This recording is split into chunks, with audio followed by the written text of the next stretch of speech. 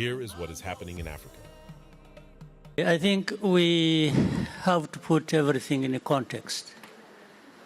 African leaders Paul Kagame and Cyril Ramaphosa called for greater continental self-reliance at the Africa CEO Forum this week, responding to both international aid cuts and persistent regional conflicts with a shared message: Africa must take control of its own future. Whatever President Trump has decided, or whatever anybody else will decide in the near future, there is a history to how we've been going about things for decades as Africa. So it isn't like we should just wake up one morning and because of what somebody has done that affects us, we should have been building up the momentum in terms of what we need to do to make Africa self-dependent and resilient, and also in how Africa works with other continents and other countries. So that is the context.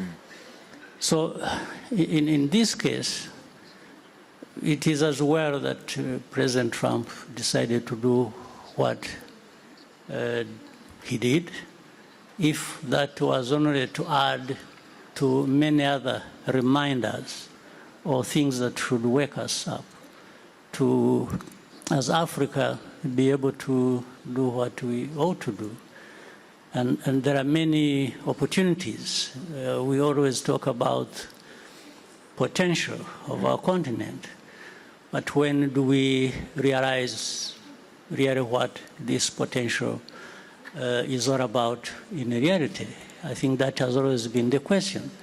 And that comes back to us as a continent, as a people of this continent, to take the bull by its horns and deal with the problem.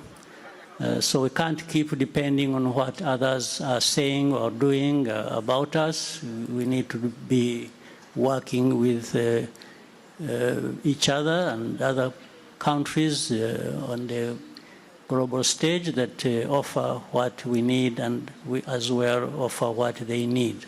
I think this is the context. I think there are several efforts going on at the same time. That's the problem. And even that one we are talking about, whether it is Qatar or the US, or we can't say we have succeeded. Everyone is trying. And again, it comes back to us, really. If you look at what we've been doing on our continent, much progress has been made. I think we can't say nothing has been done, generally. Whether it was to do with the reforms, and I think Africans have come together. They have defined things and speak with one voice increasingly. There is significant progress. But most of these developments that have been happening in the last decade, as I said, are reminders that there are things we need to do that we haven't done. So if you look at it at the African Union level, I remember when I was the champion of the reform process, there are things that were discussed on the continent. For example, the peace and security facility that was put in place. Because it was put in place to avoid being fully dependent on external funders, because that has been the case. In fact, this is similar to what happens in other areas in different countries. On the peace process, particularly in the conflict that's been happening on our continent, and particularly in the Eastern DRC, I'd like to compliment rather than contradict what President Kagame is saying.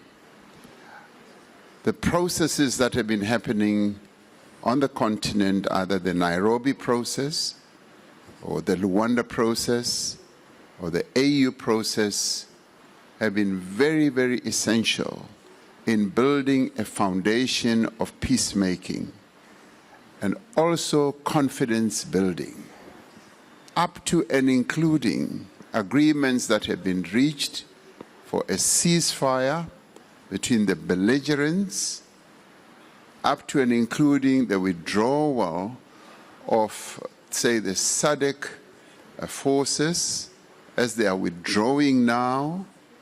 I mean, people may think that President Kagame and I are in conflict, and some of you may have thought that there's going to be fireworks as we're sitting close to each other. Don't forget to subscribe and hit the notification bell to receive updates on our latest videos. And always remember, Africa is watching.